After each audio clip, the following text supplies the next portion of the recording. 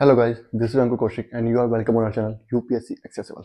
आज का हमारा टॉपिक है structure of the atmosphere. Introduction दे रहा हूँ, सिर्फ ज़्यादा नहीं पढ़ाने वाला। लेयर्स के बारे में आज नहीं पढ़ाऊंगा, सिर्फ इंट्रोडक्शन दे रहा हूँ। लेकिन इंट्रोडक्शन जो पैराग्राफ है उसमें दो तीन इंपॉर्टेंट चीज़ें हैं जो आपको पता होनी चाहिए, जो आपको एमसीक्यूज में भी जरूरत पड़ सकती है, जब ऑब्जेक्टिव टाइप में भी, और जब आप आंसर लिखते हैं तब भी आपको जरूरत पड़ जाएगी। ठीक है, चैप्टर 8 है composition and structure of the atmosphere और क्लास 11 एनसीईआरटी ज्योग्राफी।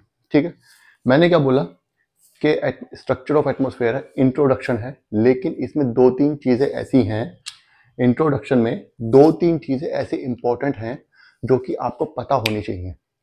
क्यों पता होनी चाहिए? क्योंकि आपको एमसीक्यूज में भी काम आएंगे और वो आंसर राइटिंग में भी काम आएंगे और बाकी आपकी अप्रोच बनाने में भी काम आएंगे।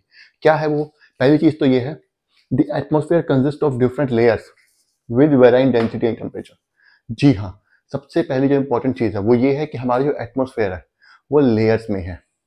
लेयर्स क्यों बोल रहे हैं? क्योंकि डेंसिटी और टेम्परेचर वेराई करता है थोड़ी डिस्टेंस पे। मतलब ये हमारी अर्थ है, तो ऐसा नहीं है कि ये यहां तक जो एटमॉस्फेयर है वो एक जैसा है, नहीं, वो अलग अलग लेयर्स में मिलता है। समझ रहे हैं क्यों मिलता है अलग अलग लेयर्स में? ये मैं आपको बता चुका हूं। जब हमने ओरिजिन ऑफ अर्थ पढ़ा था तो हमने क्या पढ़ा था कि ये जो एटमॉस्फेयर जो बना है ये भी एक्चुअली उसी मेटर से बना है जिससे अर्थ बनी है। और जो सबसे भारी मेटल था, निकल और आयरन, वो कोर में जमा हो गया, हल्का मेटल मेंटल में आ गया, और जो सबसे हल्का मैटर था वो क्रस्ट में आ गया, और जो गैसियस मैटर था वो अर्थ से बाहर निकल गया, जिसको बोला था हमने डी गैसिंग, हमने पढ़ा था शायद, है ना। और उसमें भी फिर डेंसिटी जो धीरे धीरे ऊपर तक कम होती जा रही है, क्योंकि अर्थ की ग्रेविटेशनल पावर कम होती जा रही है ऊपर जाने। तो यहाँ पे जो नीचे वाली लेयर होगी, यहाँ पे डेंसिटी एटमॉस्फेयर की सबसे ज्यादा होगी। जैसे जैसे ऊपर चलते जाएंगे डेंसिटी कम होती रहेगी। ठीक है, दूसरी बात, एक और बहुत इंपॉर्टेंट चीज इसने यहाँ पे बोला है, वेराइंग डेंसिटी एंड टेम्परेचर। दो बहुत इंपॉर्टेंट चीज बोल दी उसने। डेंसिटी का तो मतलब हमें समझ आ गया कि डेंसिटी क्यों घट रही है, ऑब्वियसली बात है, कोर से और ऊपर एटमॉस्फेयर तक डेंसिटी घटती जा रही है। क्यों घटती जा रही है हमें पता है, ठीक है, हल्का मैटर ऊपर आता जा रहा है, ठीक है, उसका एक पैटर्न भी है। लेकिन टेम्परेचर भी घट रहा है। कोर में टेम्परेचर जो बहुत ज्यादा है, यहाँ पे कम है, वो हमने पढ़ लिया था, कोई दिक्कत नहीं, ठीक है। लेकिन एटमॉस्फेयर में जैसे जैसे हम ऊपर बढ़ते जाएंगे, ये हमारा अर्थ है, अर्थ के सरफेस से ऊपर की तरफ चलेंगे जब हम स्पेस की तरफ, तो जो हवा का जो टेम्परेचर, एटमॉस्फेयर है, उसमें जो टेम्परेचर है वो घटता रहता है, उसमें वो ठंडा होता रहता है। ऐसा क्यों होता है? वो इसलिए होता है, जैसा कि मैंने आपको अभी बताया, कि अर्थ के जो आसपास का रीजन है वहां पे एयर की डेंसिटी या एटमॉस्फेयर की डेंसिटी सबसे ज्यादा होती है और ऊपर सबसे कम होती है। ये मैंने आपको बता दिया। नीचे से ऊपर घटती रहती है, ठीक है, नीचे से ऊपर कम होती जा रही है, माइनस में आ रही है, समझ गए। अगर यहाँ पे 10 है तो यहाँ पे 1.5 रह जाएगी, समझ गए।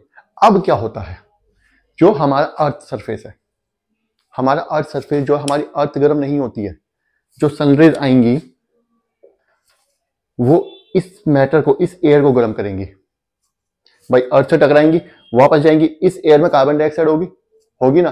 कार्बन डाइऑक्साइड उस सनरेज को, वो जो वापस जा रही है सनरेज रेडिएट होकर के, उनको होल्ड कर लेती है और हमारे एटमॉस्फेयर को गर्म करेंगी, है ना। लेकिन जब ऊपर जहां डेंसिटी कम होती जा रही है वहां पे भी कार्बन डाइऑक्साइड भी तो कम होगी। जो जो ग्रीन हाउस गैसेज हैं, जो भी हैं, जितनी भी हैं, उनकी डेंसिटी भी तो कम होती चली जाएगी। तो इसीलिए क्या होता है, हीट को रोकने की कैपेसिटी कम होती चली जाती है। तो जैसे जैसे हम ऊपर जाते हैं तो हमारा टेम्परेचर भी कम होता जाता है जनरली। लेकिन इसके कुछ एक्सेप्शंस भी हैं हमारे इसमें, क्या बोलते हैं, इन हमारी लेयर्स में। किसी लेयर में टेम्परेचर घटने की जगह उल्टा बढ़ता भी रहता है, वो भी हम पढ़ेंगे ऐसा क्यों होता है। लेकिन जनरल पैटर्न हमेशा यही होता है। अगर कुछ मान लीजिए इस लेयर में कि टेम्परेचर बढ़ रहा है, तो मान लीजिए इस लेयर में कि जनरली तो टेम्परेचर घट रहा है, इस लेयर में थोड़े टाइम के लिए टेम्परेचर बढ़ा या नहीं बढ़ा या घटा नहीं, फिर दोबारा वही घटना स्टार्ट हो गया, तो इसका मतलब यहां पे कुछ लोचा है, वो हमें पढ़ना है, समझ गए। तो क्या बोला मैंने कि डेंसिटी कम हो रही है, समझ आ गया आपको, टेम्परेचर कम हो रहा है, ये भी समझा दिया आपको। इसलिए इसको हम लेयर्स पे डिवाइड कर देते हैं अपने एटमॉस्फेयर को अलग अलग, क्योंकि डेंसिटी और टेम्परेचर के बेसिस पे, डेंसिटी के नहीं, बेसिकली टेम्परेचर के बेसिस पे, क्योंकि डेंसिटी तो एक ही हिसाब से घट रही है, अभी आने वाला आ गई, ये चीज भी अभी आने वाली है। Density is the highest near the surface of the earth. Density सबसे ज्यादा होती है अर्थ के सरफेस के पास, and decreases with increasing the altitude, और जैसे जैसे एल्टीट्यूड बढ़ता जाएगा वैसे वैसे डेंसिटी एटमॉस्फेयर की कम होती जाएगी। ये भी मैंने आपको बता दिया, ठीक है, कोई दिक्कत नहीं। अब एक चीज ये बोल रहा है, the column of atmosphere is divided into 5 different layers. According to NCERT 5 layers हैं, ट्रोपोस्फेयर, स्ट्रेटोस्फेयर, मेसोस्फेयर, थर्मोस्फेयर। किसी किसी ने इन दोनों को एक में रखा हुआ है, थर्मोस्फेयर को और एक्सोस्फेयर को एक में रखा हुआ है, ठीक है। किसी किसी ने आयनोस्फेयर को भी अलग वो दे दिया है, किसी किसी रिसर्चर्स ने, कि आयनोस्फेयर में बताऊंगा अभी क्या होती है, घबराने वाली बात है, डरो मत, ठीक है। किसी किसी ने आयनोस्फेयर को अलग एक लेयर बना दिया है, तो उसमें घबराने की बात नहीं, वो अपना अपना तरीका है, किसी ने कैसे डिवाइड किया, किसी ने कैसे डिवाइड किया। एनसीईआरटी में जो लिखा हुआ मैं आपको पढ़ा रहा हूँ, आगे जब जीएस पढ़ाऊंगा तो बाकी सब चीजें बता दूंगा, और एग्जाम में किस तरीके से लिखना वो भी बता दूंगा, टेंशन वाली बात नहीं है, ठीक है। तो divided into 5 different layers, NCERT ने 5 में डिवाइड किया हुआ है, depending on the temperature conditions, temperature के बेसिस पे, not on density conditions. Density कैसे वैरी कर रही है उसके बेसिस पे नहीं लिखा है, क्यों? क्योंकि डेंसिटी तो यूनिफॉर्मली घट रही है, कोई भाई ये पूरी एक ही लेयर है जिसमें डेंसिटी ऊपर से नीचे, नीचे से ऊपर से घट रही है, लेकिन टेम्परेचर कहीं पे बढ़ रहा है, कहीं पे घट रहा है, कहीं पे बढ़ रहा है लेकिन अलग तरीके से, कहीं पे घट रहा है लेकिन अलग तरीके से, उसका रेट ऑफ जो फॉलिंग टेम्परेचर है वो अलग है ना। तो इसीलिए टेम्परेचर के बेसिस पे बेसिकली हमने वो किया है। तो ये 5 लेयर्स हैं। अगली जो हमारी क्लास होगी, ये सिर्फ एक इंट्रोडक्शन क्लास थी, ये 2 चीजें मुझे आपको समझानी थी, क्योंकि जो बच्चे जिनका बैकग्राउंड नहीं है ज्योग्राफी का, उनको ये चीज समझने में बहुत दिक्कत होती है और वो बार बार ये बातें भूल जाते हैं, ठीक है। तो इसलिए क्या होता है, ये बात मुझे बतानी थी, इसके लिए मुझे अलग से क्लास रखनी थी, मैंने बता दी है। ये वाला फर्स्ट पैराग्राफ जो है इसमें ये सब लिखा हुआ था, ये मैंने समझा दिया आपको। अब नेक्स्ट जो है कल से स्टार्ट हो जाएंगे, हमारी नेक्स्ट क्लास से हमारी लेयर से स्टार्ट हो जाएंगी, अलग अलग लेयर, जितनी 5 लेयर है इनके कैरेक्टरिस्टिक्स, और ये ऐसी क्यों है, उसका रीजन, वो कैरेक्टरिस्टिक क्यों है।